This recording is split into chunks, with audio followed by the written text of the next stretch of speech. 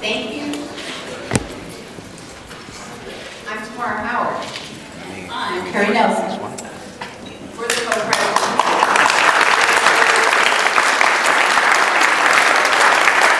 We're the co-presidents of Conejo Valley Republicans Federated, and we'd like to welcome and thank everyone for coming to our 7th televised candidates forum. Please welcome Evelyn Colby and for our today's invocation, and World War II veteran Jim Odell leading us in the Pledge of Allegiance to our flag.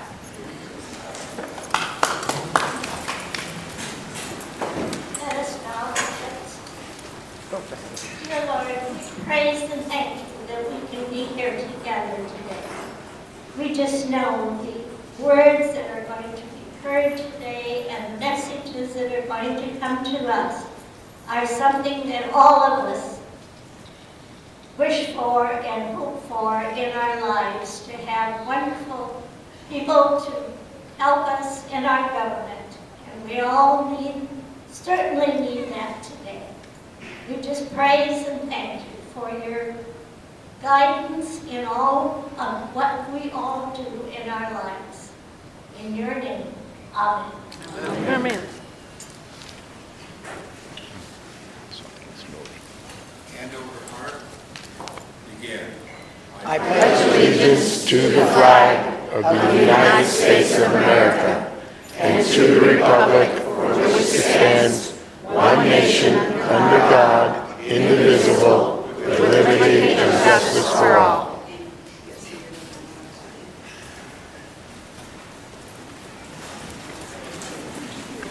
Now I'd like to bring up and introduce Diane Alexander. She's our vote Vice President.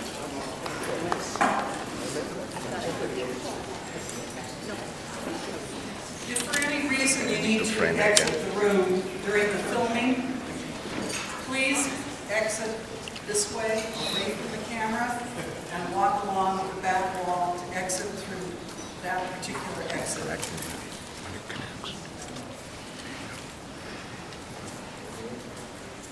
All of our candidates today have been given instructions by our timekeeper. Assemblyman Tim Donnelly, one of our Republican candidates for governor, has a plane to catch, so he will be our first candidate speaking today. He has 15 minutes. Assemblyman Donnelly.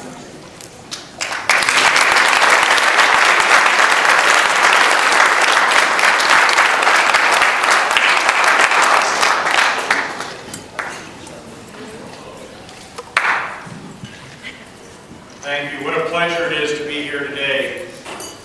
You know, it's so encouraging on a Saturday morning to find so many people care about it.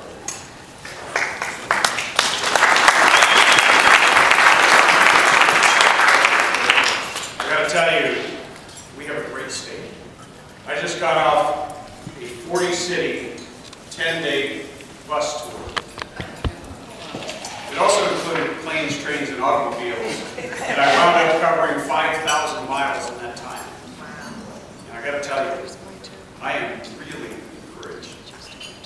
Because everywhere I go, it doesn't matter if I'm out in the government-created Dust Bowl in the Central Valley, that now in many cases resembles the surface of the moon, or whether I'm in Silicon Valley, where I was, I think it was yesterday, the day before, or whether I'm in the San Fernando Valley. There's just something here. People are hungry.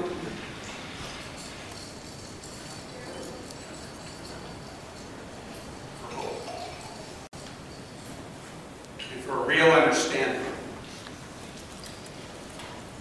that we can take back our state.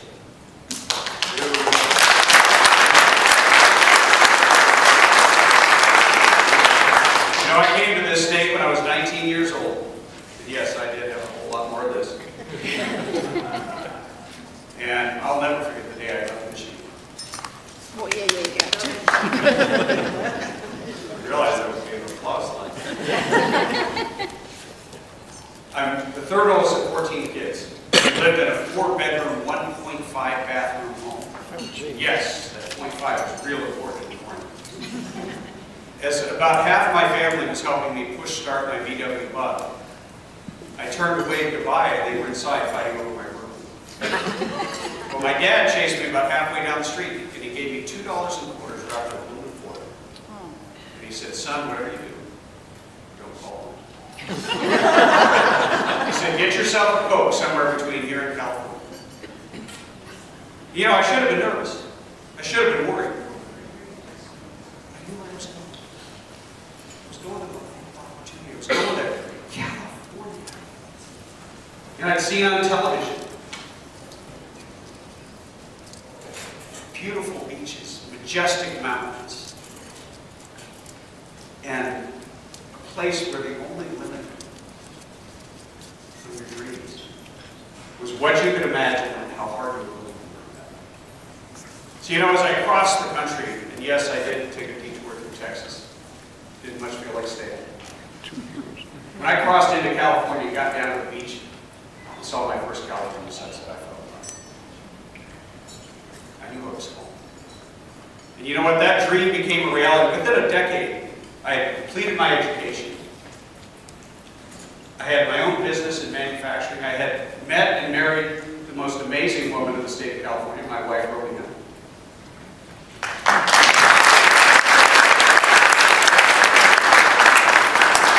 Between us, we now have 5 sons and a grandson. When I met her, she was a young widow with two boys. Most people probably wouldn't have wanted to take that on, but I was family of 14, so it didn't faze me. And so together, I think she raised all of us. But we were living the California dream. I was setting my own hours. I could go golf half the day if I wanted. It really didn't matter until the government came and regulated me out of business by driving my customers out of the state and out of the country. And you know, we have a governor now who just can't say no. Jerry Brown signed 805 new restrictions on your freedom, on your business, and on your constitutional civil rights.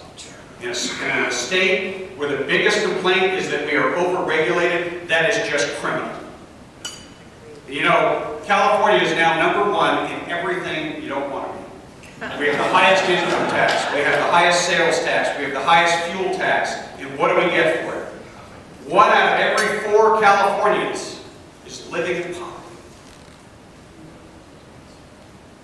1 out of every 4 is living below the poverty line. It's 25%. We're not even living any kind of a California dream. We're dependent on government. And you know what? Under Jerry Brown, if you're a teacher, your pension is more at risk than it was when he first came into office. If you're a business owner and you manage to hang on by your fingernails and you're burning through your life savings to keep your doors open, you could probably tell me a whole lot more than I can tell you about what's wrong. But I'm going to talk to you about what we can do. Because we need to send somebody to Sacramento that understands how to pick a fight. And the fight of 2014 is not about whether we're going to be ruled by the right or the left or caught in the crossfire. It's about whether we're going to stand up for right or wrong. And you know, when the government has more control over your private property than you do, that's wrong. When the government has more control over your business, yet they haven't put any capital. Because they don't understand capital with an A. They only understand the power that comes from the capital with an O. But when they can control your outcome and your destiny, that's unreal. When the government can put a gun to your head and confiscate more and more of your earnings and then waste them on things like the high-speed rail.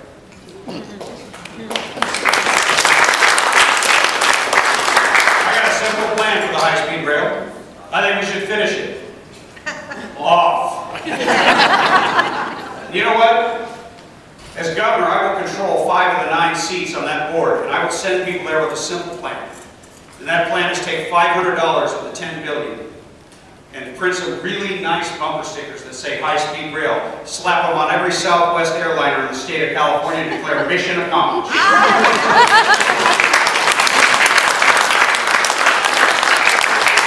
And then I think we ought to build the infrastructure we really need. I think we ought to end the government-created dust bowl by building a high-speed waterway.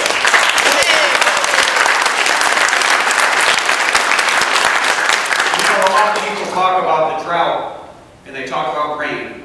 But you know, it was a government-created dust bowl long before it stopped raining. And what we're lacking is not just rainfall. We're lacking vision.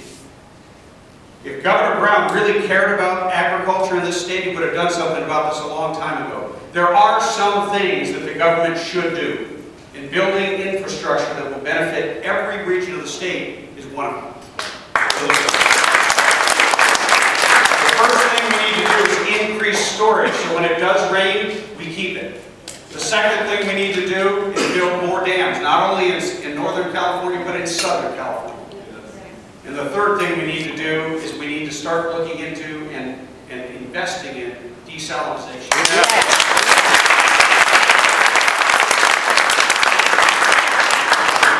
And the fourth thing we need to do is turn on the pumps. Because right now we dump all that fresh water into the delta and it just goes out into the ocean. But we need to tell Sacramento to stop using the delta as a toilet, because they dump all their untreated effluent in there and it kills the delta's food source, the plankton. And instead of blaming the fish, let's start holding government officials accountable. The bottom line is the government killed 5,000 delta smelt to figure out that the pumps only filled 4 buckets. So for 4 buckets of minnows, we are destroying the #1 industry in the state of California. Because as I look around this room, I can see that some of us have managed to live without a necktie. Many of us live without wristwatches. Some of us can even survive for a couple of hours without an iPhone. But we can't live without food, and we can't live without water.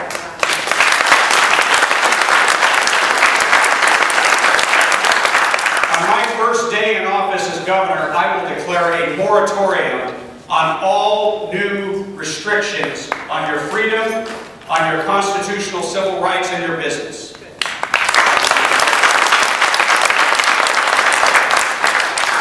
And I will use the same bully pulpit that Jerry Brown used to raise your taxes to lower tax rates and get this economy growing again.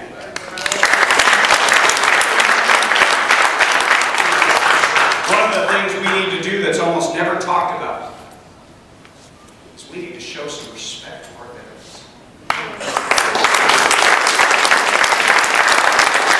How many veterans are here in this room today? Thank you for your service.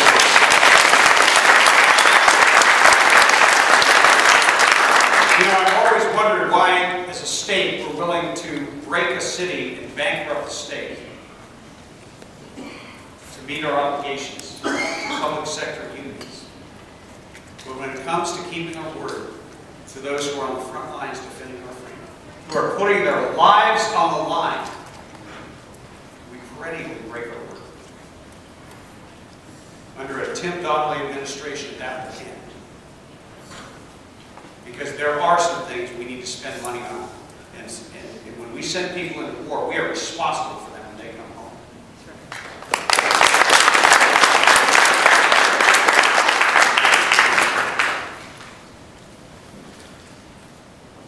I think we need a sound energy policy in the state. I think we ought to frack our way to prosperity and drill our way to prosperity rather than sitting on and import it from our enemies. You know, if you look at what they did in North Dakota when they tapped the Bakken Shale, they don't have to have their government come in and mandate a minimum wage of $10 an hour or $15 an hour because McDonald's is paying $20 an hour plus a signing bonus. And that's all due to the free markets. That's due to free enterprise. And when you unleash the power of free enterprise, you get economic growth, and that lifts all boats. Yep. And that will lift the standard of living for everyone. You know, we haven't had any economic growth in Nigeria. Almost every single person in the state of California, if you are not a government employee or someone who came to this country illegally, you're worse off. except for a handful of people who live in Silicon Valley and a couple of other places in the state. But 80% of the state is green. We have over 2 billion people still out there. So the number one job is to get the government out of the way so that we can unleash that energy, the free markets, and bring prosperity back to California. You know, I met Governor Rick Perry the other day at the Republican Governors Association. I went up to him and I said, you know what, Governor Perry? I intend to become the next governor of the state of California so you can spend more time with your family. I said, I have a no-fly zone agreement over Arizona, so it's going to be much more difficult to get into our state and steal our businesses. Then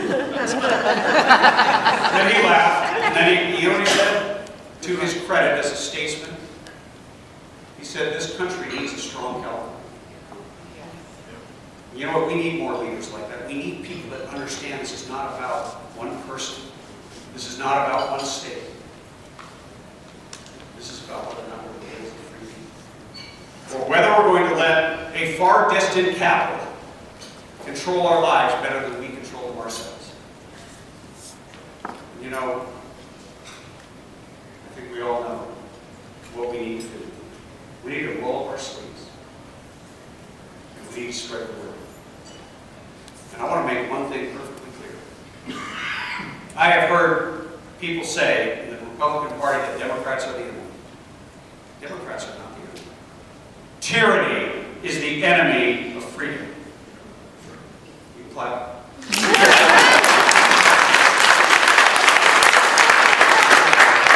Democrats are our friends, they're our neighbors, they're people we work with and go to church with. Democrats, most important, Americans. And you know what? I believe that we can unite a divided majority that is California on American values. Hard work, personal responsibility, and above all, freedom. Because most people that I've talked to across this great state want a government that will control itself instead of trying to control us. Want a government that will actually keep violent predators off the streets rather than try to save us from ourselves and make it impossible to buy a gun to defend our own lives.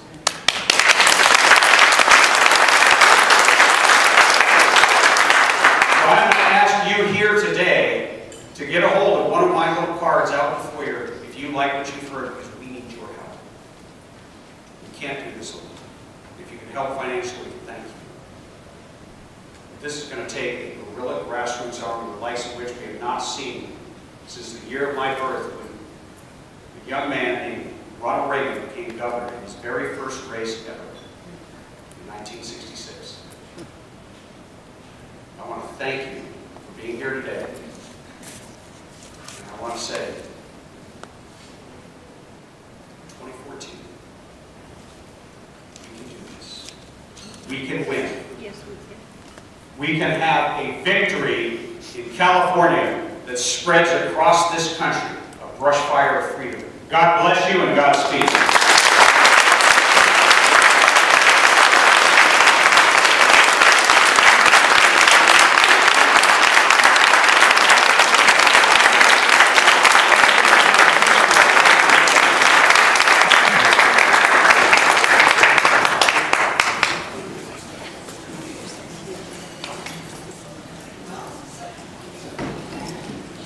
We've had a little change in our alignment, so we have over our noses side here. So we're going to start serving lunch right now. So if the servers want to start bringing down the food, get things ready.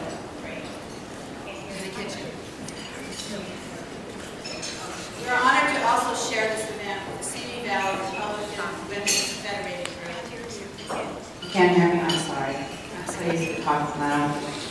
We're honored to share this event with the Simi Valley Republican Women's Federated. Via shirt. Can you stand, please, Via? We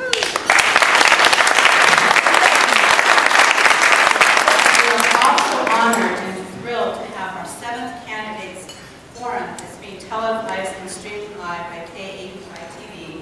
And we want to thank Bob Allen. Okay.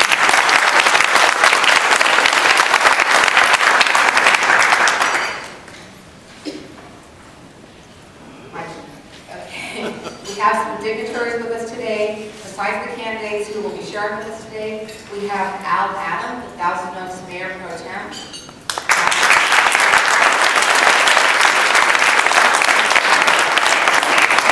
We have Mike Judge, Simi Valley City Councilman.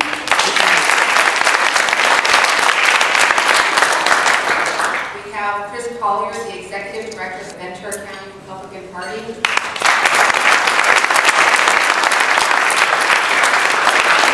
We have Mike Osborne, who's the Treasurer of the CRP and the Chairman of the Ventura County Republican Party.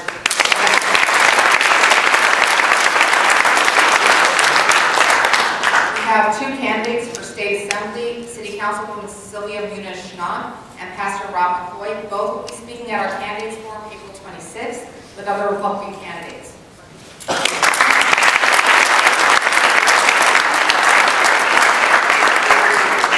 We have Darrell Reynolds, the past president of Ventura County Federated Republican Women.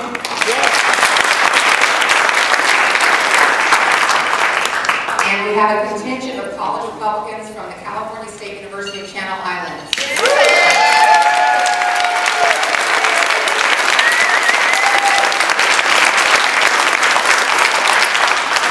We are going to break.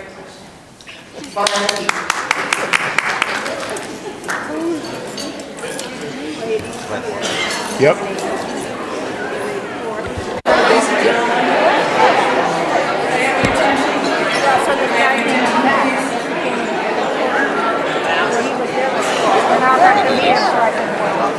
Got it.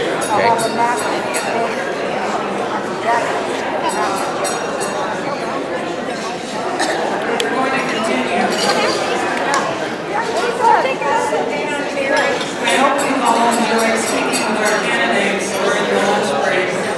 The next candidates will be introducing themselves and speaking for 12 minutes. Their time starts when they reach the podium and stand before you. Time will not permit any questions from the audience.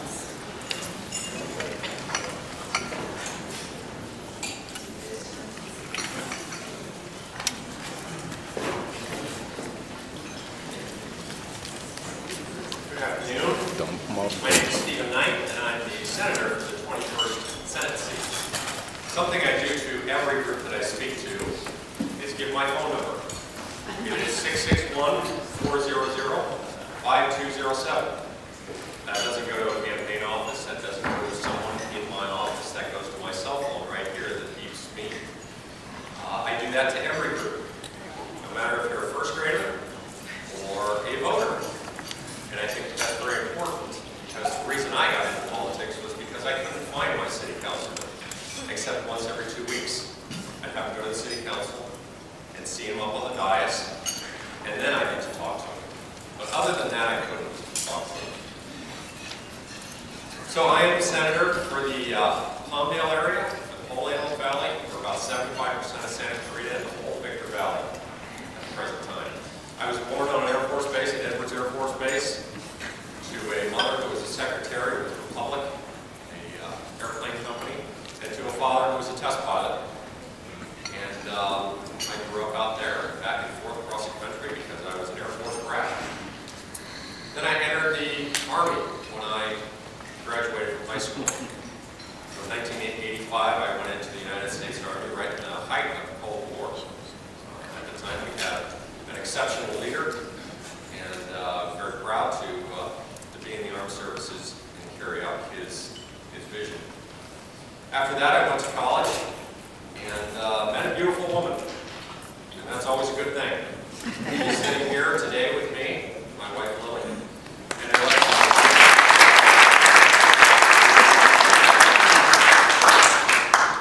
I got a hankering to do something different than my family had done. I had a lot of Air Force pilots and Navy aviators in my family, and I got the bug to do law enforcement. So I applied to the two biggest police departments in the state of California, Los Angeles Sheriff's Department and LAPD. And I tell you, I was very proud when LAPD accepted me, and I got to go to their academy for the 990 class. My wife and I were just starting out our career together, and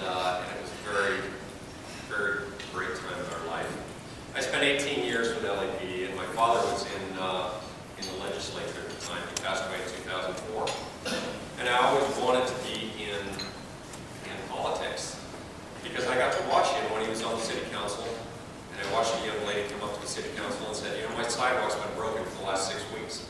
Can't get anything done, and my dad said, it'll be done tomorrow. And they fixed their sidewalk. And I got to watch him while I was a senior in high school, and I thought, that's very cool. That is exactly what I want to do someday. So when I thought about this, and my wife and I decided that running for city council was the way we wanted to go. And I was on the Palmdale City Council for 3 years as the mayor pro tem. And we got a lot of things done. I made a lot of those ladies that came up to the dais and men happy because we helped them. We fixed their problems. We made things better. That's what you're supposed to do when you're in elected office. Make things better. After that, I went on to the state assembly and was reelected. And then now I'm in the Senate today. You know, the things I've learned from watching politicians and watching people that are very good at it and people that aren't so good at it is the people that are good at it, they go and they work on the problem and they're available. They're always there for you. They get back to you. They talk to you. You might meet them in the supermarket. That's very, very important. If it takes 4 or 5 weeks to get an answer back, there's something wrong. If it's a fanfare when a politician comes into your area, that's a problem. The politician should be as close to you as just about anybody in your community. We are working for you. We are trying to make it better for your community. So why wouldn't we be as close to you as anyone? So that's what I've learned over the last 8 years in politics, is to be that person. That's why I give out my cell phone. That's why people call me on a daily basis and say, hey, Knight, you're doing this wrong. Why'd you do that? And I get back to them and I say, this is why, and this is why. So what I see going into Congress, we have an awful lot of issues. We do have the Affordable Care Act and Obamacare. We do. It is law today. I'm not going to give you a campaign promise. I'm not. I'm not going to stand up here and say, Obamacare is going to be repealed the day after I get in there. If you believe that, you're not a good voter. What I will do is work with these laws and try and make them better. We know that we have this right now, and I would love to have the Senate be Republican. I'd love to have a Republican president. Absolutely.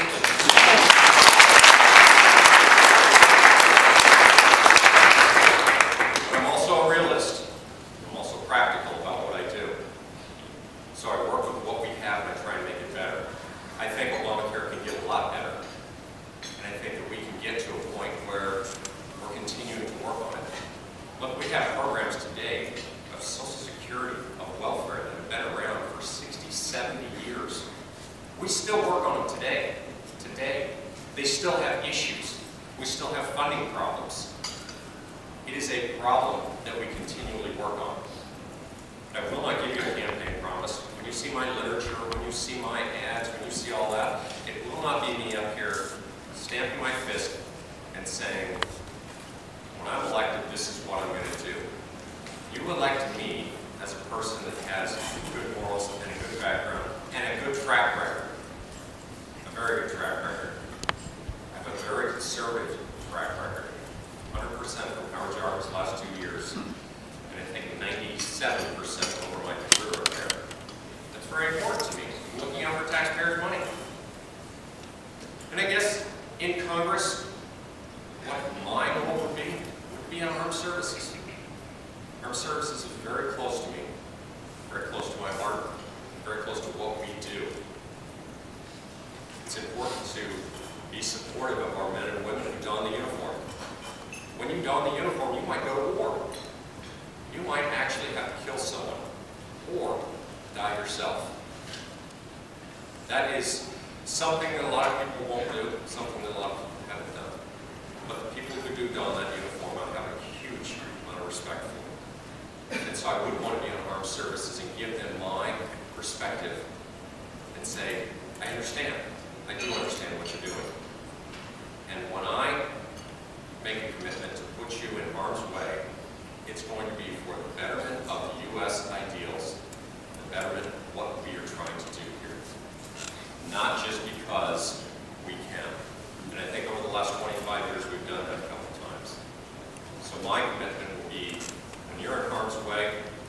the ideals of the U.S. Constitution.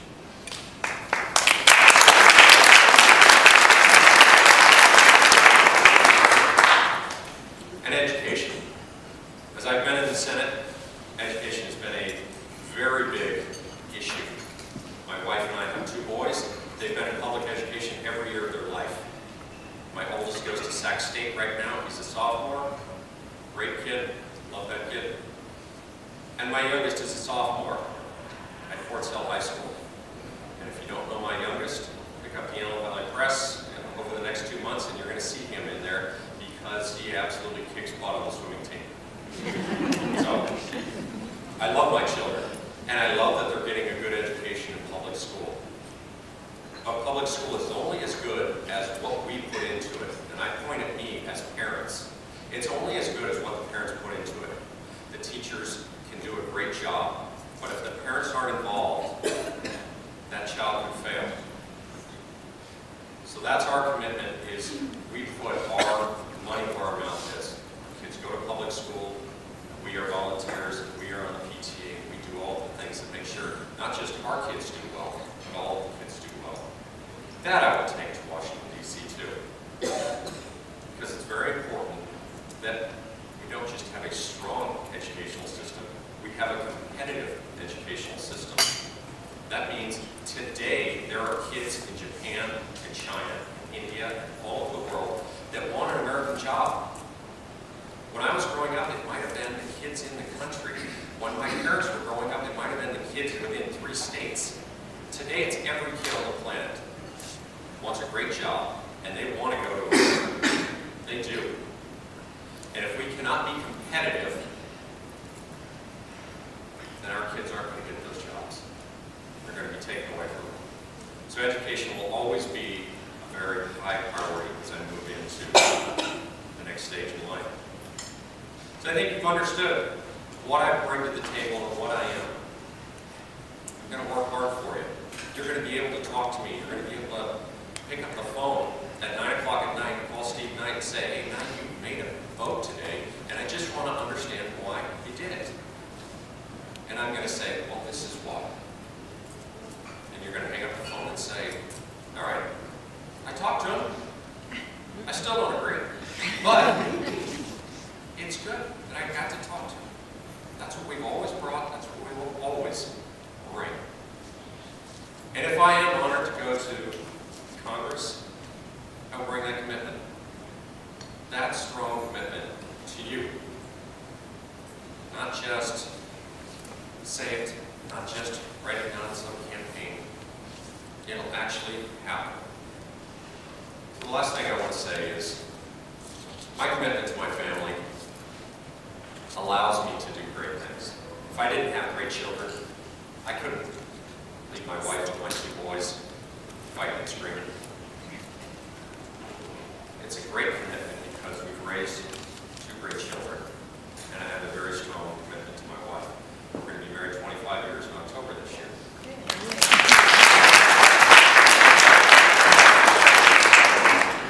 So when I talk about us and me and the team.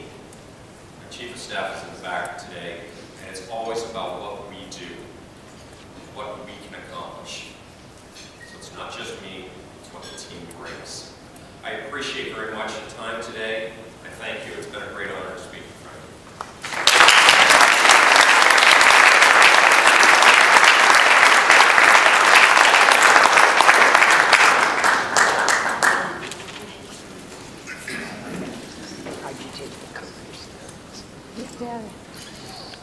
Good afternoon. My name is Tony Strickland. I'm a candidate for Congress in the 25th Congressional District. I've been active for a long time, walking precincts with a lot of you. And early on, when I first got active in politics, I learned the 5 W's of a winning campaign. And those 5 W's are when women work, we win. And so I want to thank all of you for doing this event.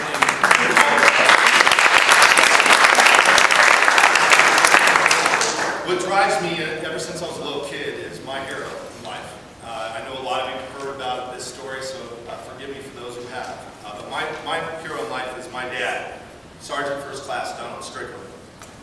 See, my dad served in Korea and he served in Vietnam, and after he got injured in Vietnam, he became a drill sergeant at Fort Ord Army Base where I was born as a kid. You can imagine what it was like growing up as a kid, having a drill sergeant for a dad. Every minute I was late, I was granted a week. Never got time for good behavior. And my friends used to call my home strict land. And none of my friends wanted to come over to the house. And my dad turns 80 years old this May, and he can still whip my butt. But what I learned from my dad is a lesson in life that says, you have to fight for something greater than yourself. And that's the biggest lesson I learned from my father. And when I look at what's going on in this country, it's why I'm running for Congress. We're on the wrong path. Think about this in your mind. How many people believe that your parents left you in a better spot than they had growing up? Now, how many of you believe that your children, your grandchildren are going to be in a better position than you were? I believe that's the first time in American history where that question, it's in question, whether we're going to leave the next generation in a better spot. I have two beautiful children. My girl is Ruby Ruth, and my boy, Tiny Tony. They deserve to grow up in California I grew up in. They deserve to have the same opportunities that I had as a child. And it really matters who you send back to Washington, who you send to Sacramento, and who you send here locally in your school board and your city council races. And so, today, I don't think it's no longer good enough just to be a good vote. I think we need to send leaders at every level of government. And the best indication of what someone's going to do in the future is what they've done in the past. I'm very proud of my record in Sacramento. But one thing that crystallizes the leadership that you'll have of me if I'm lucky enough to go back to Washington and represent you in Congress is to take you back to a different time in California history. Early on in the energy crisis, when we had rolling blackouts, Governor Gray Davis was very popular. In fact, he was already campaigning in New Hampshire, and he was running for president. People believe it or not, I mean, he won a gubernatorial race by 22 percentage points. It was the most prolific fundraiser in the Democratic Party. And at that time, he locked in these long-term energy contracts, these 15, 20-year energy deals.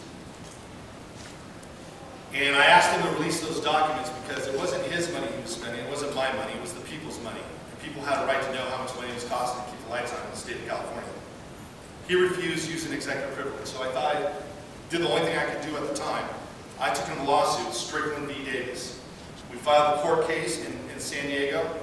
And I remember like it was yesterday, going into my Republican colleagues, my Republican caucus, saying, I'm suing the governor of California. Who's with me? To say I didn't get a warm response is an understatement. In fact, a lot of my Republican colleagues put their arm around me and they said, Tony, this is the governor of California. If you go forward on this bill, if you go forward on this lawsuit, you're going to be in the worst office in the Capitol. He's going to veto every piece of legislation you have, and you're going to end your political career before it even gets started. That's a gut check time. But I remember my dad, and the reason why I ran for office in the first place was to do the right thing and make a difference. And I knew it was the right thing to do. We went forward on that court case, and we won that court case. The judge ordered Gray Davis to release those documents. And what we found out was he locked in 15, 20-year contracts at a higher price than the worst price during the spot market. Energy companies like Enron had bad PR. They went back to the negotiation table, and they renegotiated those contracts. We saved ratepayers billions of dollars, and that led to the recall of Governor Gray Davis. The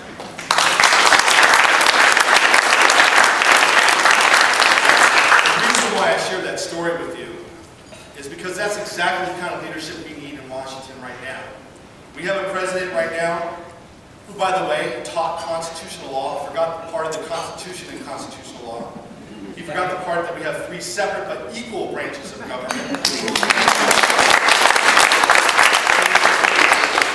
And he went back to the State of the Union address and pretty much said to everybody in the Congress, I'm just going to do this on my own. We need people who will fight because what's at stake is our future. You know, this is very simple in terms of creating jobs. You know, the first thing I would do is we need to be energy independent here in the United States of America. Many of you are in the generation where John F. Kennedy challenged the country to send a man to the moon. I believe that's our challenge that we need to do in this generation, is be energy independent.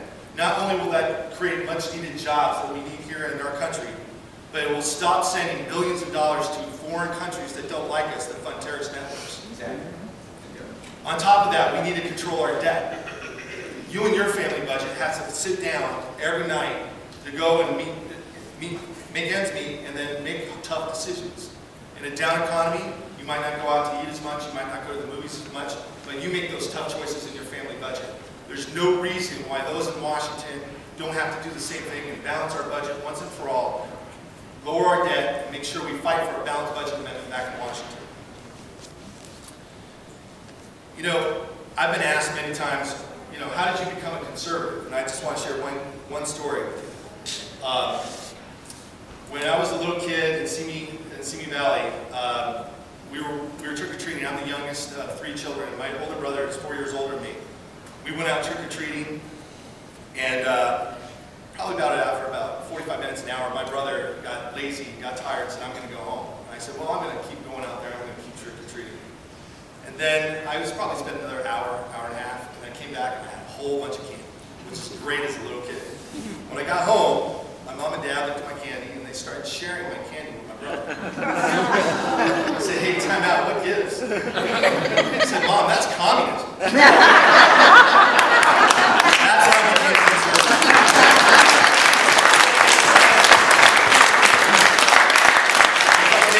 I can end with just one point. You know, my name might be on the ballot, but we're in this together. I can't do this alone, and I played team sports my entire life. You know, it might be my name, but it takes a team to get across the finish line. And one thing that you can never do enough as a candidate is thank people for their hard-earned dollars, for their labor, in helping you get across that finish line to make a difference. I'm here today to ask you to join my team, join my campaign. We have cards out front. We need your endorsement. If you're willing to man a phone bank, we need you to go man a phone bank. If you're willing to walk a precinct, we need to walk a precinct. If you're able to make a small contribution, we would love to have your small contribution. If you're able to make a large contribution, we'd like that too. But whatever you can do to help this campaign, I promise you this, no one will fight harder to earn your trust that you have in me when I go back to Washington. And next year in January, when I get sworn in as the next congressman from the 25th District, I will tell you, I hope that you have the same feeling that I had working for a lot of candidates that we've all worked for in my past. There's some great people I had the opportunity to work for, and every time they were doing some great things, I got goosebumps. And I said, I had a little part to do with that person making that difference. And my hope is when I become a congressman, and after I fight for our community, that 5, 6 years from now, when I ask you to raise your hand, are our kids going to be in a better spot than where we are today? You're all going to raise your hand. Thank you so much.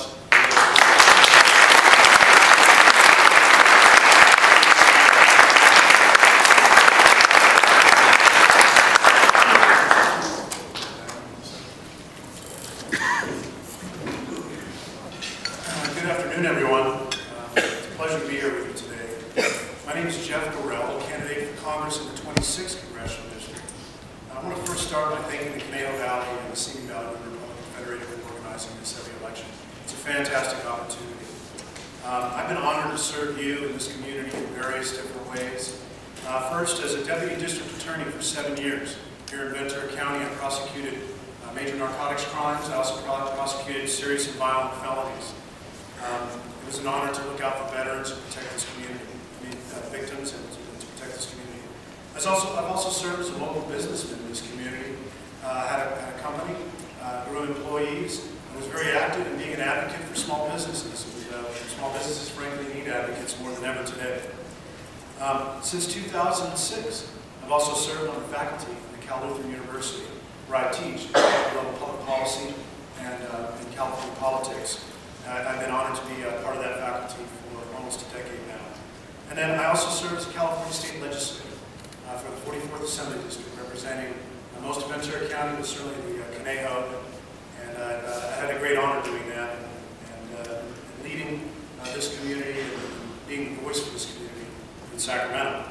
I'm also a naval officer, a third-generation naval officer.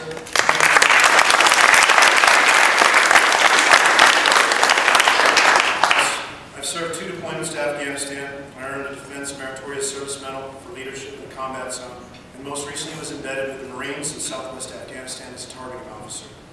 But most important to me is the service as a father and as a husband who cares deeply about this community and does what I do what I can to serve, to volunteer in various capacities, including as a member of the board of Directors for American Red Cross of Ventura County, as well as a past commander of military order of rural wars. We help raise money for disabled veterans. I also served as a member of the VFW, NOHI, and the American Legion in Moorpark. So for very many years and in very many ways, I'm deeply rooted in this community with myself and my family, and it's been a tremendous, tremendous honor. And I want to take that leadership that I've just explained to you and take it to the next level. I want to take that leadership to Washington, D.C., and serve in the House of Representatives. We need leadership now more than ever. And I presented that leadership in the state capitol. I intend now to take that to the U.S. Capitol. I want to tell you a few things about my record as a member of the California State Legislature. I want you to know that I have a 100% vote record with the California Chamber of Commerce, and I serve as the Vice Chairman of the Assembly Budget Committee. I am the ranking Republican on all fiscal issues as they relate to budgeting and on taxes and all of these issues, and that's not a terribly easy job in a state that is over-regulated, over-legislated, over-litigated, and over-taxed. It is a tremendous fight in Sacramento, and it's not easy, but we've had some successes. And I want to talk to you a little bit about some of those successes in fighting waste, fraud, and abuse. I authored legislation that was successfully passed that repeals a retroactive tax on hundreds of small business investors in the state of California. It was the largest retroactive tax in California state history. Now you may be asking yourself, what are we doing imposing a retroactive tax on small business investors? Well, that's exactly what we had to ask when the Franchise Tax Board imposed that tax. This bill received national attention, forced the governor's hand, and ultimately he signed the bill that unwound that retroactive tax. Another one that prohibited the state of California from ever again imposing a retroactive tax on taxpayers was defeated, unfortunately.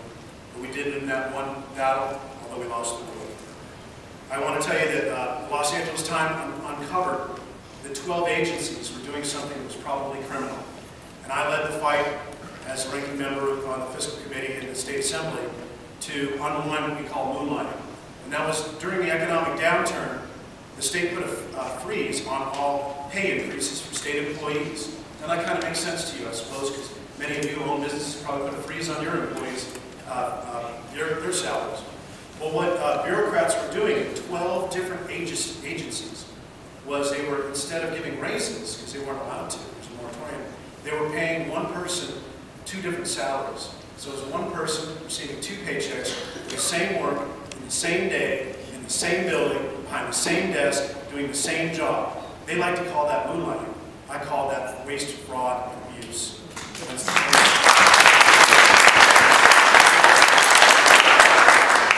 So we introduced a bill. The governor changed his course, and that is now institutionalized, forbidden in the state of California as a result of that. I also worked to negotiate the details of legislation that brought to California for the first time in 35 years a 8-year statewide sales tax exemption on the purchasing of manufacturing equipment.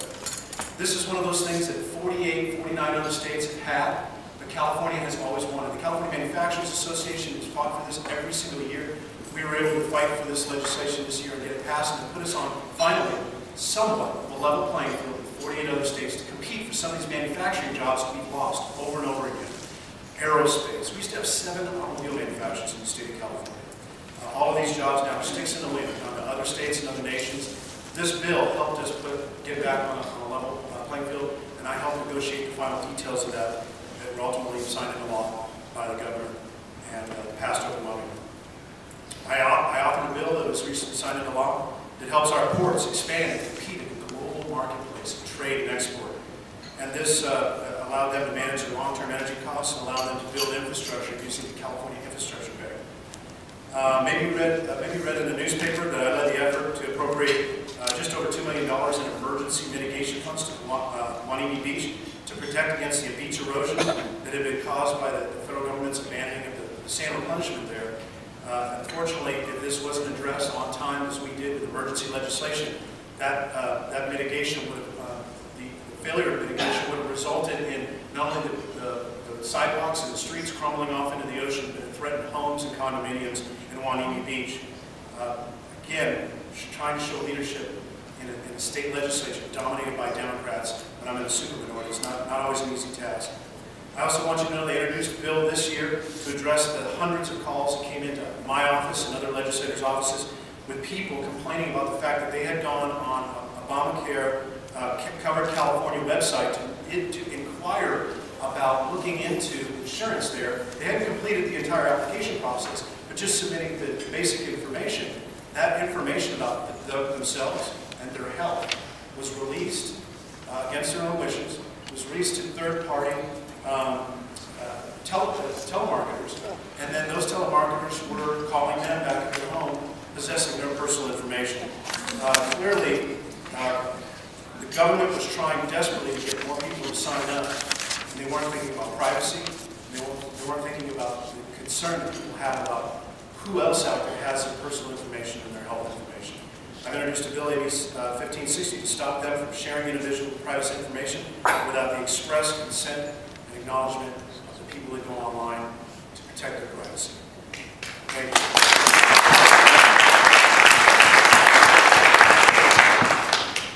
Those are just a cross-section of some of the bills. Also, I had the governor sign a bill that I co-authored that increased the penalties against the worst of the worst in terms of child pornographers and peddlers of child pornography in the state of California. These penalties were extraordinarily low, and the governor agreed and the legislature agreed, and we passed bills to increase those penalties against these child pornographers. But these are not easy things to accomplish as a state legislature when you serve in a superminority. You have to be able to articulate your position. You have to be able to show leadership. You have to be able to get people to follow you with a vision in the direction you want to go. And this is exactly why I'm running for Congress, because our nation's headed in the wrong direction. And I want to represent this community to help get our nation focused in the right direction. We have extraordinary challenges facing not just this community, but our nation and this world in the next few years. And we're going to need a champion for this community, not just a legislator, not just somebody who wears the pen and calls themselves a U.S. representative, but somebody who's a leader, who's a champion, who can stand up and get people to follow them, not just Republicans, but Republicans, Democrats, independents, business, labor, to move this community and this nation forward. Please know that either in 2015 or in 2017, it is an almost inevitability that Navy-based Ventura County will find itself again on the blacklist for closure, as it did 10 years ago and as it did 10 years before that. Here are two Navy bases, Magoo and Wanene, that were pushed together in the last BRAC, now called Navy-based Ventura County, that have been here since World War II. These communities, our community, our economy, our culture, our family, Ventura County has grown up around these military bases. The idea that these could be closed should shock you, because if you look at other areas of this state where Navy bases have been closed down, and military bases have been closed down, you look at Hunters Point, you look at Bear Island, you look at Long Beach, you look at Alameda, these places are like the property values have gone down. The economy has suffered. Unemployment has gone up. Crime has gone up. Gang activity has gone up. Even the opportunity, the possibility that our Navy bases could be closed down should be one of the #1 priorities for this community. And guess what? We've had leaders in this position to stand up and unite the community around defending these Navy bases by making these arguments, by making the national security arguments. We've had Elton Gallagher, we've had Bob Persina, we've had some tremendous leaders representing us in the House. You need to ask yourself right now, do we currently have in place right now, with Julia Brown, the type of leader who's going to be able to stand up and command respect from the military and the civilian establishment, from Republicans and Democrats, from business and labor, from East County and West County? Is she the champion that's going to be able to stand up and unite this community behind defending these Navy bases, protecting them from closure, and from moving this community and this nation forward? Absolutely not. And that terrifies me. That should terrify you.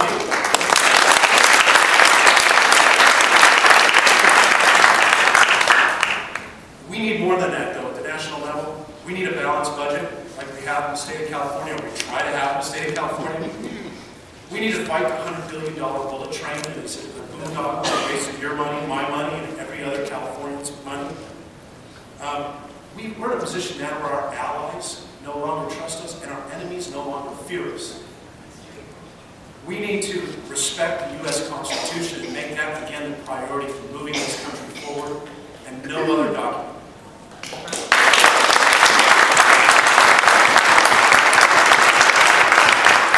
Ladies and gentlemen, the 26th Congressional District, now currently held by Jimmy Brown, was held for 75 years by Republicans.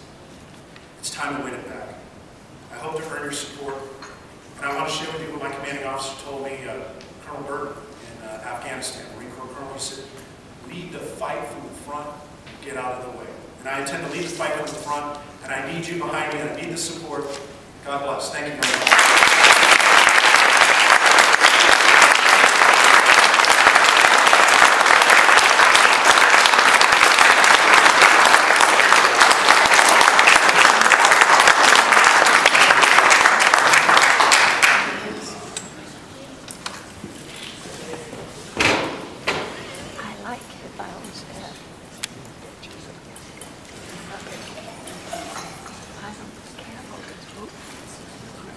My name is Raphael Diagnosis. I'm a conservative. I'm running for the 26th Congressional District. I'm here with my wife, Natalie, and my campaign manager, Gabrielle. I want to express my sincere gratitude to the Conejo Valley, Simi Valley, and Women's Federated for inviting me to participate in this forum. I am sincerely humbled.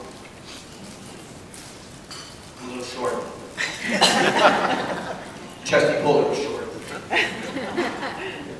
I want to start by telling you a little bit about myself, where I came from, where I've been. Knowing this will give you a clear perspective of what I'm about, where my policies and visions are. 48 years ago, we escaped tyranny and landed in this great nation. Since then, I've thanked my parents for bringing me here. I've also been very grateful to this country for accepting us. I was born in communist Cuba in 1965. My father was a veteran of the Cuban Revolution. He fought for change. The change that he received, got, along with millions of other Cubans, was not what was sold to them. We keep hearing a lot about change in the last 5 years, haven't we not? We initially arrived in Miami in 1970. My father wanted to get away from Cuban politics at the time, and he was looking at a map of the United States, and he pointed at a West Coast city, and I was right next to him when he was doing this, and he said, the name of the city is Los Angeles.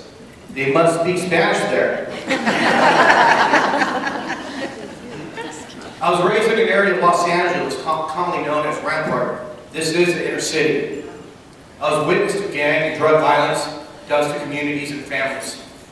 I was victimized by my own neighbors while walking to school. I was witness to the removal of the human spirit by government handouts, the economic slavery created by those handouts with no hope of getting out. However, I also learned by hard-working immigrants, and I'm sorry, I get emotional because I actually start remembering these things when I'm talking about it. Hard-working immigrants, that we lived in this amazing country, that it didn't matter where you came from. Here in this country, anything was possible. To never be envious of others, never be envious of those that have succeeded, and to push forward with your own success, your own vision, your own dreams. That here in this great nation, once again, anything was possible. My life has been so diverse, with ups and downs, failures and successes, grounded in reality. It is what makes me such a different and unique candidate for the 26th Congressional District. I joined the Marine Corps straight out of high school at the age of 17. My parents had a sign flag. I was honorably discharged at the rank of E7 Gunnery Sergeant. I graduated from the Navy Marine Corps Intelligence Training Center in Damac, Virginia in the mid-90s. I was number 2 in my class in a room full of PhDs. I graduated from Los Angeles Sheriff's Reserve Academy while attending Cal State Northridge in 1986. In 1988, I graduated from the Los Angeles Police Academy. During my tenure with LAPD, I worked uniform patrol at Hollywood, Northeast, Rampart, Southwest divisions. I did 3 tours of narcotics, 2 of them as an undercover officer, and 1 of them posing as a high school student, the real 21 Jump Street. I put hundreds and hundreds of California's worst criminals behind bars. I've worked undercover in crack houses. I've dealt with the worst of the worst. During my time there, I received over 50 commendations from acts of bravery to letters of appreciation from citizens. I am a dedicated family man. I've also been a lifelong entrepreneur with both successes and failures. I've actually gone broke 2 times, completely broke, where I had to sell my home, sell our toys, and move into an apartment. Start all over again. I didn't blame anyone. I blamed myself. I was in charge. I didn't declare bankruptcy as I was advised to. Instead, I worked 12, 14-hour days for 7 days a week until we recovered all over again.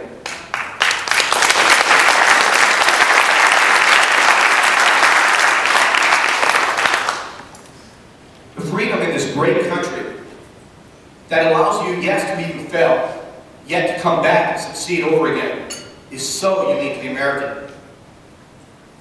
Currently, I'm a real estate broker, owner of a small real estate firm with offices throughout Southern California and outside the state.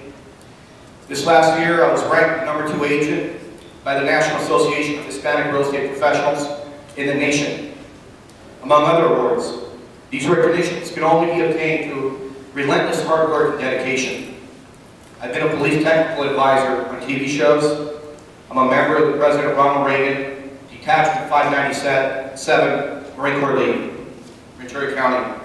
I'm also a dedicated philanthropist.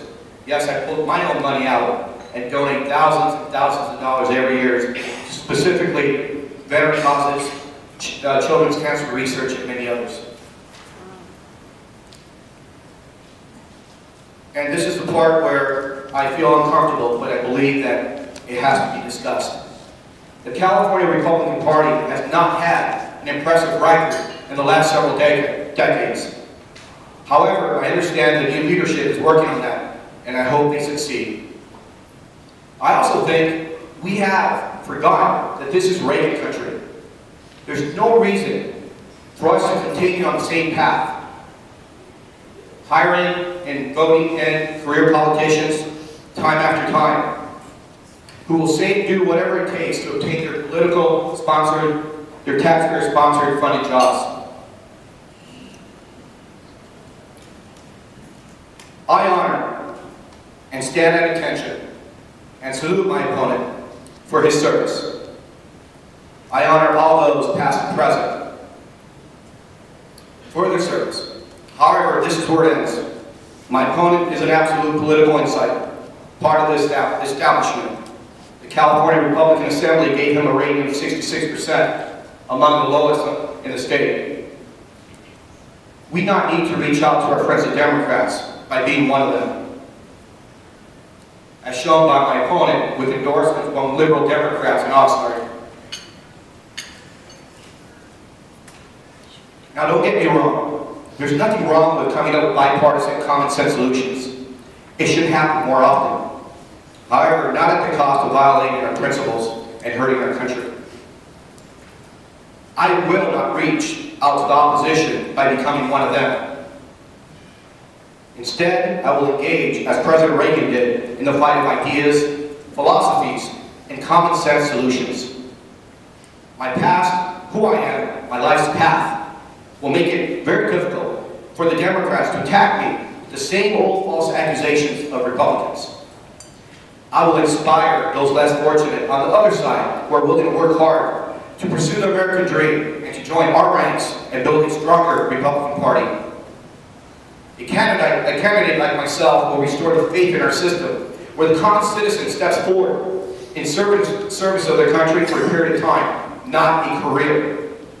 I will help stop the departure of fellow Republicans to the ranks of independents because they're disgusted with politics as usual. I have in my hand a notarized promise that I will not serve over 8 years in Congress. My goal is to inspire those who have achieved success in life to step forward with fire in their belly for a period of time and continue passing that baton. Thank you. As if you were running a strong, vigorous relay, if you run a representative that will fight to repeal Obamacare, I will do that. Support me. If you're sick of career politicians, political cronyism, and dysfunctional Washington that's strangling our country, please support me. If you want someone who will passionately protect the military, our veterans, and our senior citizens, support me. If you want someone that will expose corruption in government ways, support me. If you want someone who will fight for the Second Amendment and the Constitution of the United States, support me. If you want someone who will fight against one-size-fits-all education, support me.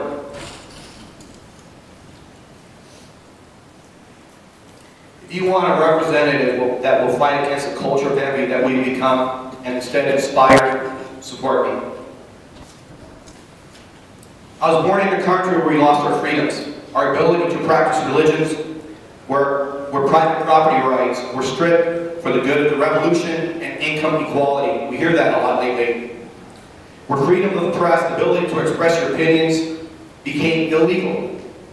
Where neighborhood watch committees were put into action to snitch on their neighbors, where children were indoctrinated to snitch on their parents. And yes, the government even controlled your food consumption. Some of these similarities we're witnessing today here in our own country. Today we have the IRS being used to intimidate and attack organizations who do not agree with the administration. The IRS will be utilized to verify Obamacare participation. If you would have talked about this 20 years ago, you would have been called a conspiracy nut, yet it's here today. I'm the present owner of a business and past owner of many other businesses. I've gone head to head with the dysfunction of government bureaucracies, with their constant chipping away of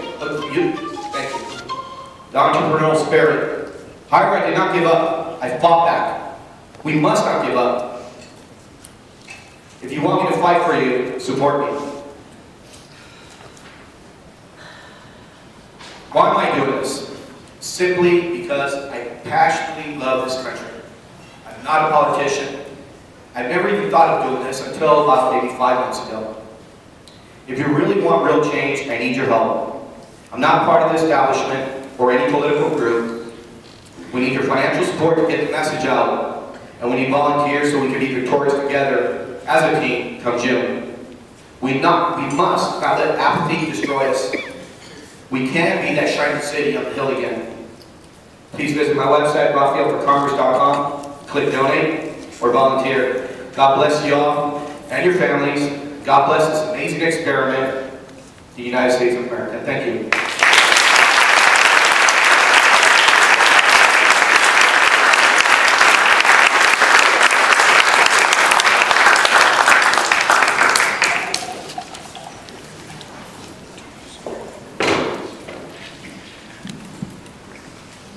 Good afternoon, my name is Pete Peterson and I'm running for California Secretary of State. It is a great joy and honor to be again on the stage hosted by the Republican Women's Federated. As I said at an event for the Southern Division a couple weeks ago in Pomona, this is the greatest Republican network in California. So I really do believe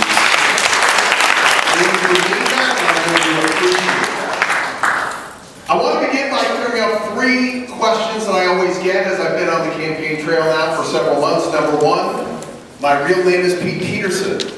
Not a lot of people believe that. It's a Norwegian thing. It's difficult to explain, but that really is my name. Number 2, I'm a Republican from Santa Monica. Not a lot of people believe that either, and I must say that every time I leave the city boundaries, I've reduced the amount of Republicans in that city by 25%. And number 3, and most importantly, I really, really want to be your next Secretary of State.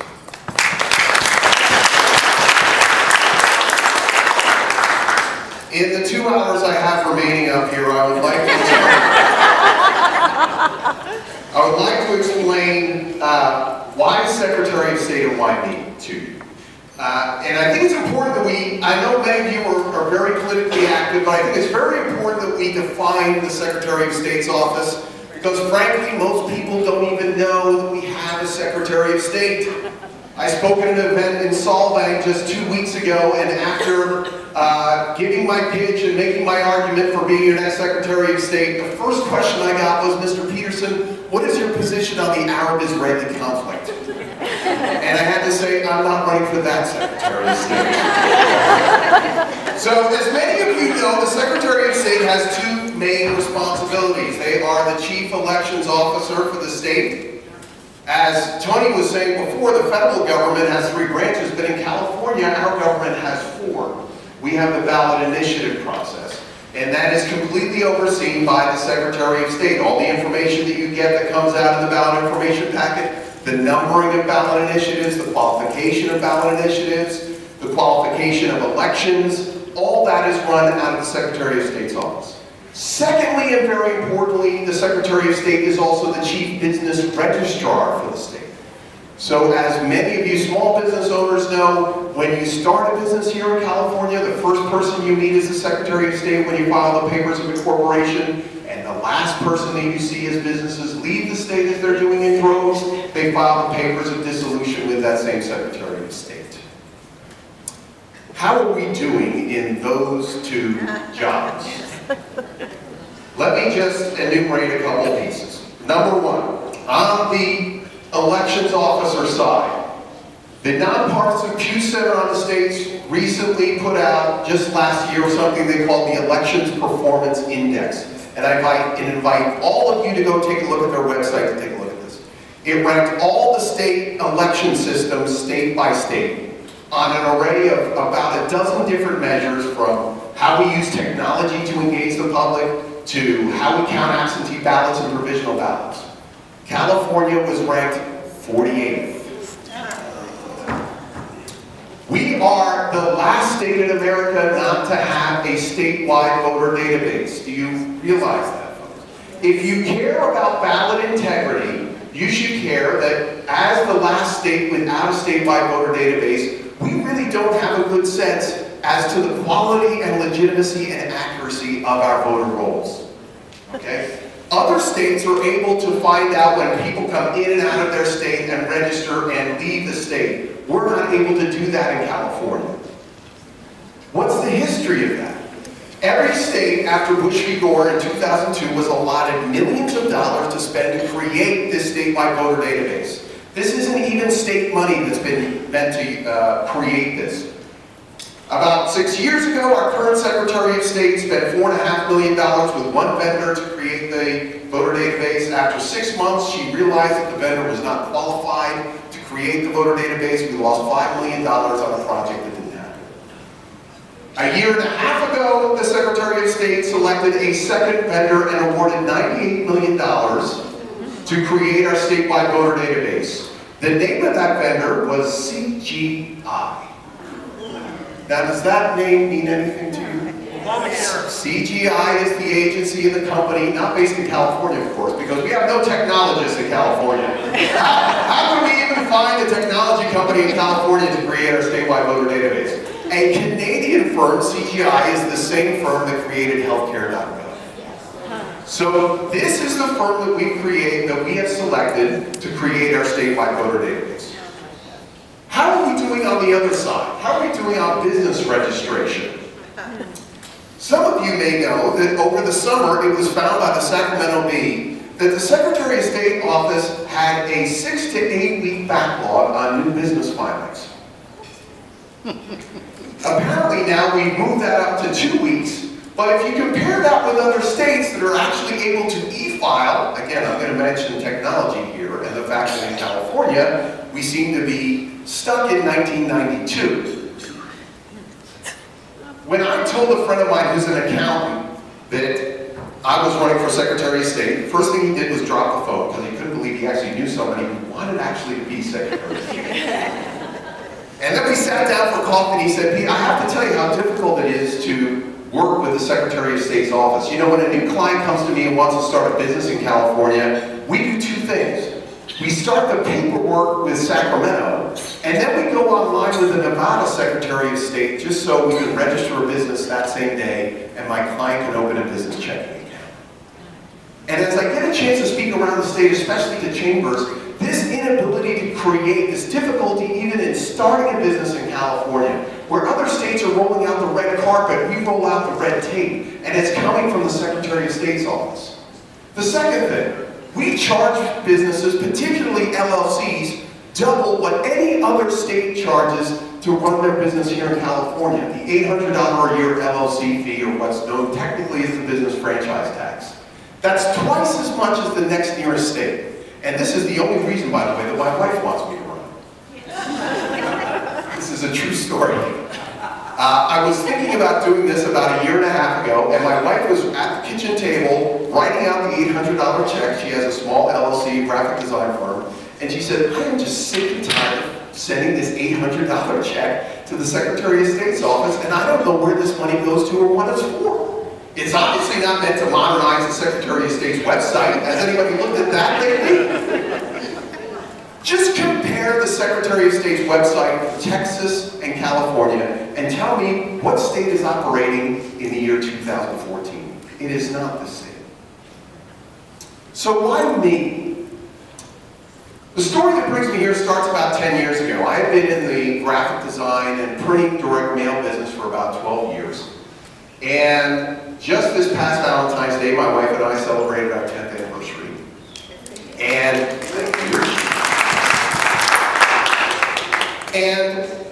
when we got married, I learned that I had a very bad habit that I didn't realize I had. Some of you might know this, that after you get married and you've been single, you pick up things that you didn't know that were problematic. And for me, I learned within the first 2 weeks of marriage that I'm a TV yeller. Anybody else here a TV or radio yeller? That you see something on the TV and as if you could somehow communicate with that person through the television, you just scream at them. And one night, and I'll remember this like it's last night, one night, my wife turns to me after I'm yelling at the TV and she goes, Pete, are you going to be the kind of person that yells at the TV, or are you going to be the kind of person that does something?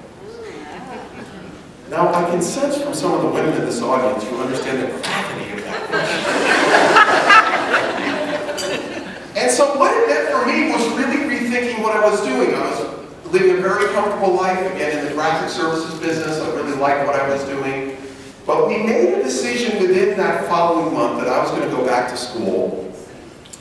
We ended up at Pepperdine, specifically at the School of Public Policy. I got my master's degree in public policy there about 8 years ago.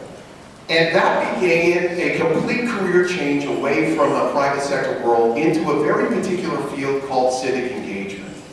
You see, I believe the relationship between government and citizens is fundamentally broken. And it's also fundamentally changing because of technology and the fiscal crisis. And so that decision has led me now back to Pepperdine, where for the last 5 years I head up an institute there called the Davenport Institute for Public Engagement. And for the better part of the last decade, I've been all over this state. You don't know me because I'm not a politician, but I've been involved in policy for the last 7 or 8 years, traveling from San Diego to Eureka, from Morro Bay to Modesto. The general manager for the Conejo Valley Parks District actually is an advisor to my institute at Pepperdine, consulting with and improving the public processes that these cities work with. Because again, folks, we need someone who's not just a politician running for this office. This is a particular office that needs expertise in the area of civic engagement. And that is what I do.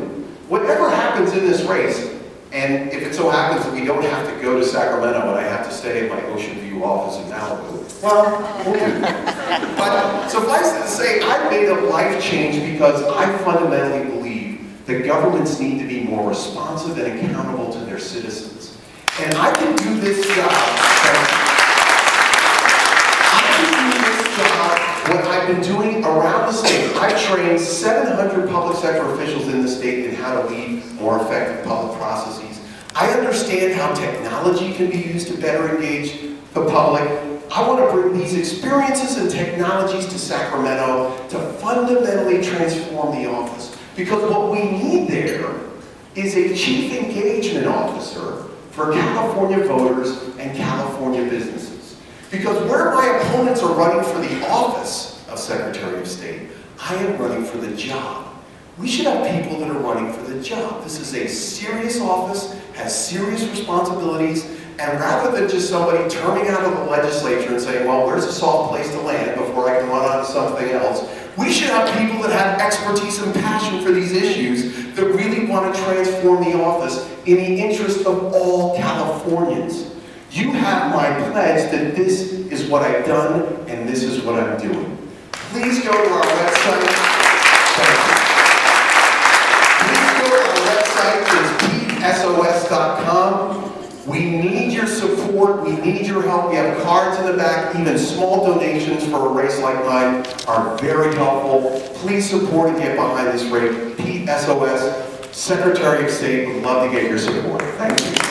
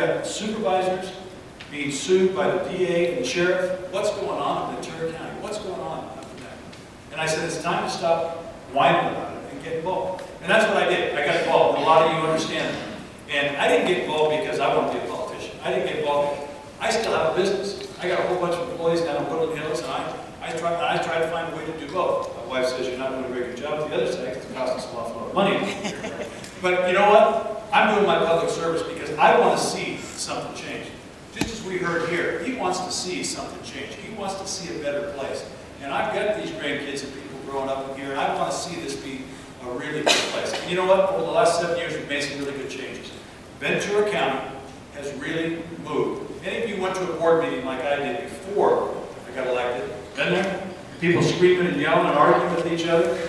Ugly place to be. Ugly place to be. But now we have respect. Now we work together. And we don't agree. I can tell you, when you want to stand on principles, it's a 4-1 vote. 4-1. But you know what? Like Tom McClintock told me one time, stand firm.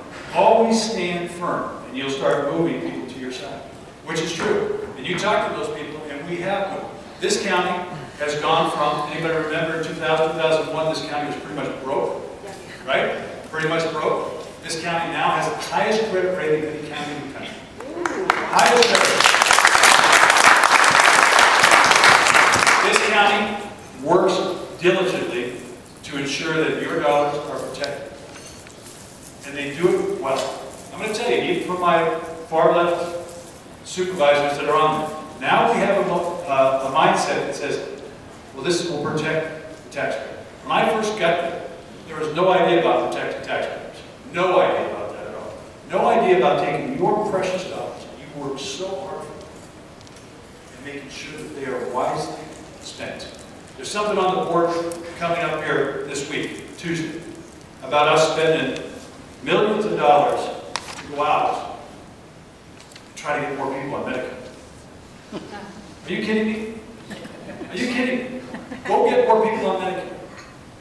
People who need to get on Medicare know how to get on Medicare in this county, don't we? We don't need to spend, we need to spend that money to take care of the people we need to take care of. Americans are very generous people. Very generous. They will take care of that person. They don't want to enslave anybody to a system, do they? But we'll help you. We'll give you the greatest help we can. If you look across the world, 90% of all charitable donations come out of America, which is about 3 or 4% of the whole population of the world, because we're very generous people. And that is what we do. But going out wasting this kind of money is crazy. And so standing firm on this board is something you do. You don't compromise your values, because every time you compromise, you look like you endorse the left. And that's a key for all of us to understand, that we don't have to compromise. We just have to get a better explanation of why we do what we do, don't we? And a lot of you have seen the papers lately. A lot of stuff going on there. My name's been in there once or twice. Once or twice. Because why? Is it because we hate county employees? That is not true at all. I'm going to tell you, some of the best employees I've ever worked with, and I'm in the insurance business. I've got my own employees, but we also insure tens of thousands of people in a lot of companies, all over the country. I'm going to tell you, there's some of the hardest working people out there that really want to make a difference. There's been a young lady right here, she was talking about that today, how they made a difference in the hospital system we have. You've heard of the county hospital system, right? Ours. You also heard of some in LA where people die on the floors. That doesn't happen in this county hospital system. This is one of the best in the country because it has people care. But on the other side, it also understands that it must run like a business, and we discussed that it must run like a business. I know when I got there, they were looking at putting money into the county system, and I told Mike Powers, the CEO of the county at that time, of the system, I can't go along with it. You can't support this by itself, let's do a private system, let the privates take it over. He goes, you give me $15 million, you limit that, I guarantee I'll run it. And he did, and he has held it that way. And if you look at our system, $15 million goes in. That is the only contribution we make for all the people that we have to take care of. By federal law, we must do. Santa Barbara puts 3 or 4 or 5 times in that system they do at half the size of the population.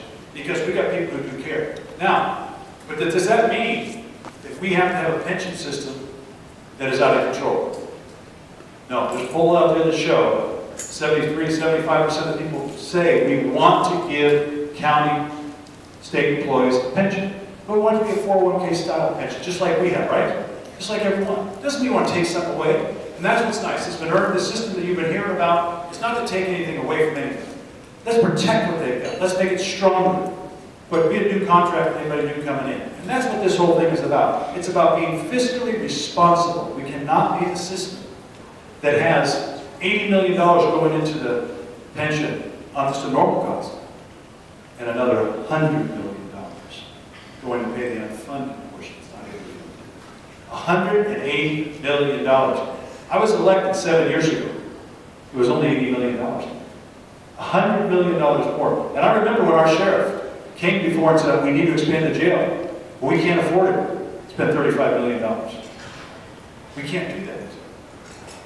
But now we spend $100 million a year extra than we did then. That is, it's wrong. And why it's wrong, not to the people it's wrong. Remember, this is not a personal thing about people. These are good, hard-working people, and you and I would take advantage of every system that we have, wouldn't you? Right? Take advantage of it. But the system was made wrong because of politicians. that sat on that board and agreed to things that shouldn't be. So we're out there trying to make a difference. And that's what's going on, because you know what? I want to ensure that you and every dollar you spend is going to be done what you need it done for. The pension system right now costs $250 million. 180 million plus 50 million employees pay. You know how much money we take in all property tax for the county? $250 million.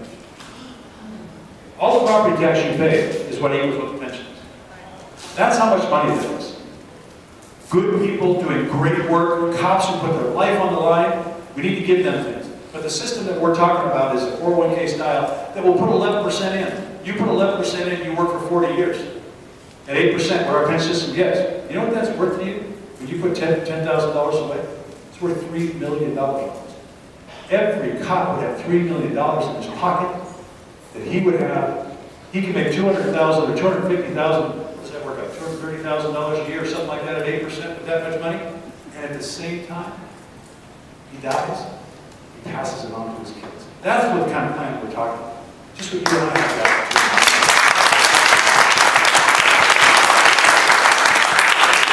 That's being responsible. That's caring for people who work hard, at the same time caring for people who pay the bill. That's what we do. And let me just tell you, we are in a county that is a beautiful place to live.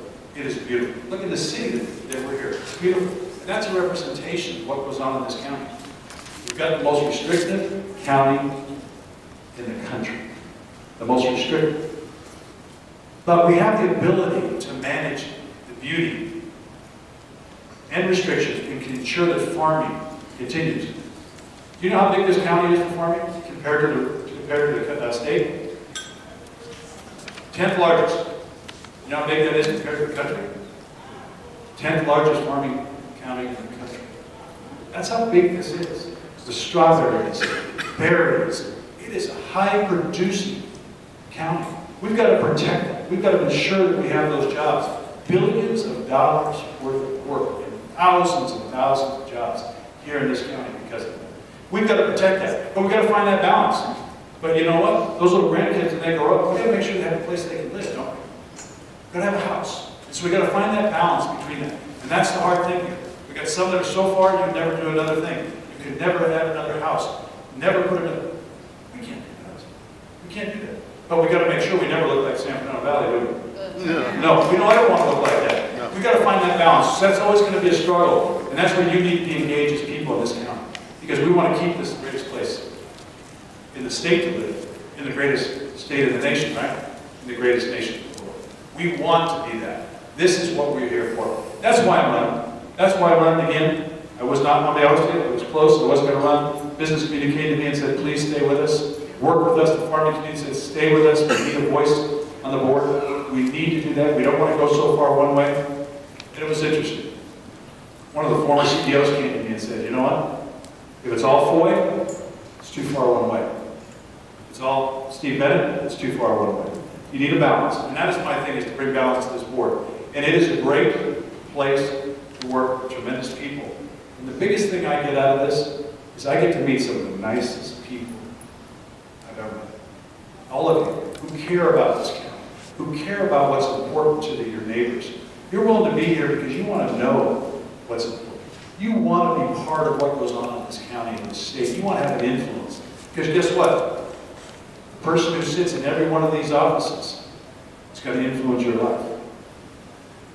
You've got to have the influence of who you put in place. So again, thank you for staying. Thank you for being part of it. What a different place to be.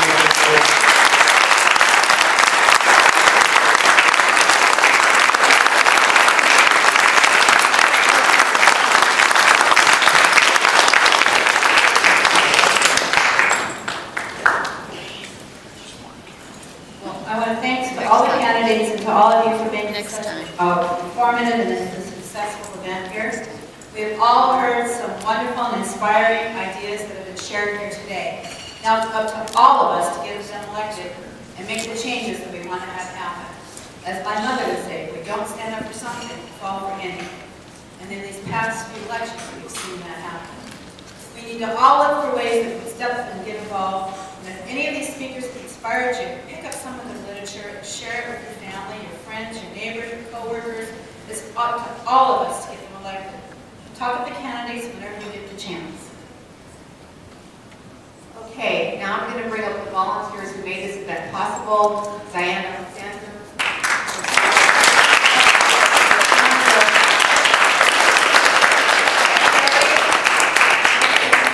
Trisha, Audrey, Joanna, okay.